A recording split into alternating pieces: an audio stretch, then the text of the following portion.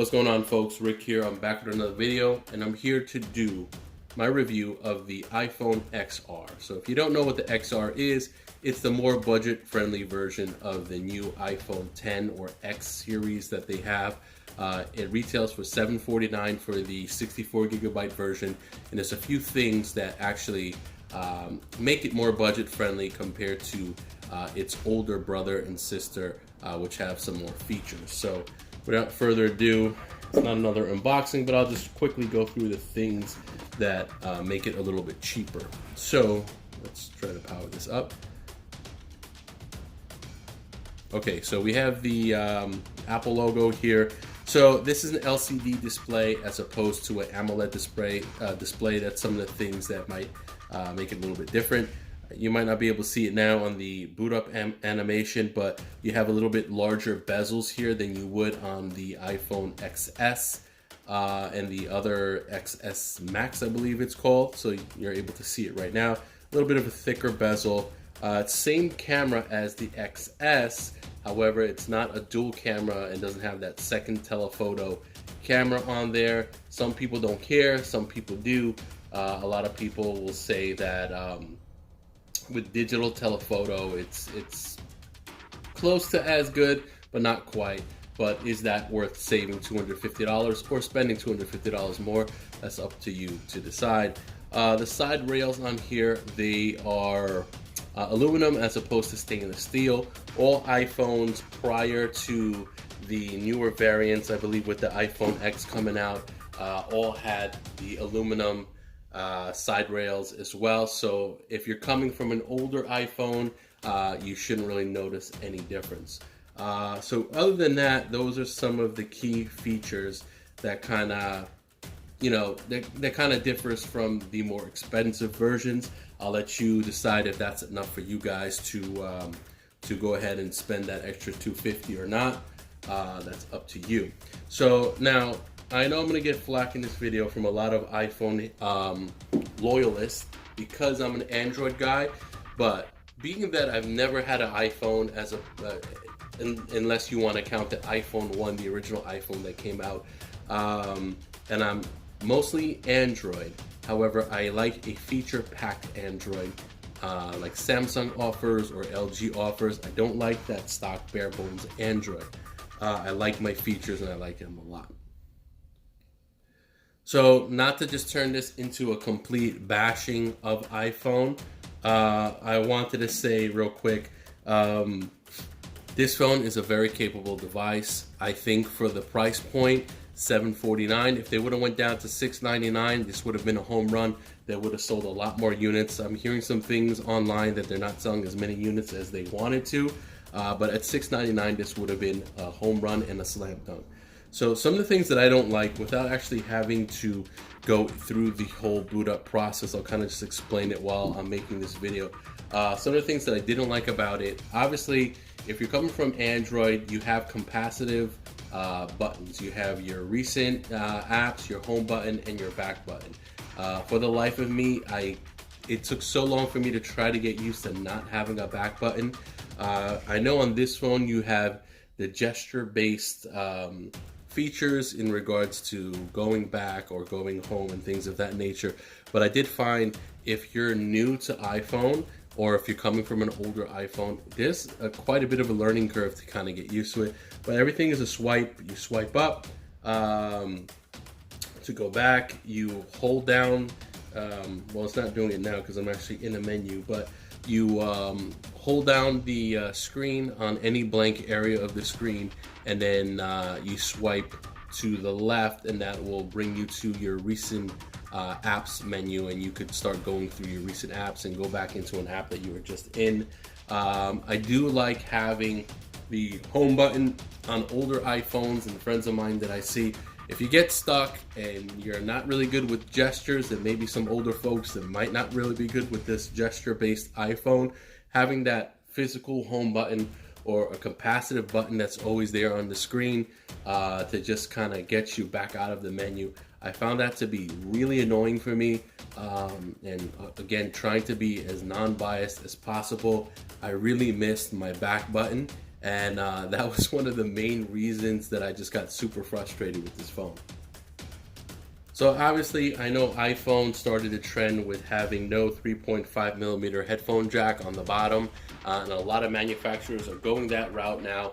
And I guess 75% of manufacturers are going without a 3.5 millimeter headphone jack.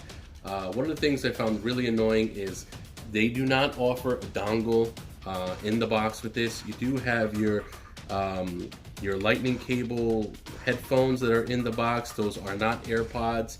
You do have a charging brick. Even though this phone is fast charge enabled, it does not come with a fast charging brick outside the box. A lot of budget devices and budget carriers now, they offer you a fast charging brick if your phone is fast charge enabled out the box. And I don't know why Apple is being so cheap and just making you purchase something else through Apple and trying to nickel and dime you for everything. So this phone was expensive enough, $800 and no fast charging brick, even though this phone is fast charge enabled, was a bit of an issue for me.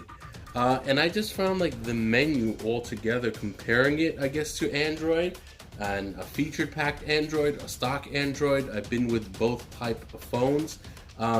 There's really not much to it. I just found the phone to be very boring. And I know that's why a lot of older folk like to use iPhones, because it's very simple to use, very user friendly, and not as difficult. But there weren't a lot of menus. It was kind of just no apps drawer, just your apps in one area, and it was fairly boring. Some other gesture-based features, if you pull down from the left over here, it'll pull down your menu shade. Again, it's not doing it for me now because I've actually factory reset the phone because I am returning it later on today. And I wanted to do a quick video for you guys and not leaving you hanging with just an unboxing. So you do pull down from the left and you will get your menu, your notification menu. I don't know if that's what it's called on iOS. I know it's called something different, but for the most part, you guys know what I'm talking about. And overall, I just found the phone fairly boring. A lot of the menus and the things and the settings, there wasn't much customization to it.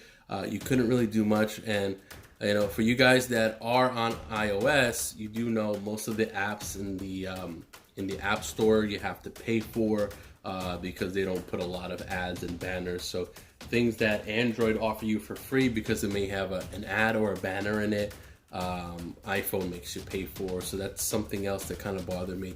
And when you're comparing apples to apples, overall, this is an amazing device. It's very good. It's very attractive looking. I did purchase the white one. I found it to look very nice.